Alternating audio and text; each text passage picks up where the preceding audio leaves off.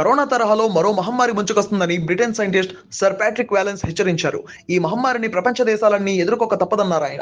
వ్యాక్సిన్లు, medical ఎక్విప్మెంట్లు ready చేసుకోవాలని సూచించారు. సమన్వయంతో ముందుకెళ్తేనే ఎదుర్కోగలమని, ఈ విషయంలో WHO చొరవ తీసుకోవాలని సూచించారు వాలెన్స్. హే ఫెస్టివల్ కు హాజరైన ఆయన కీలక వ్యాఖ్యలు చేశారు.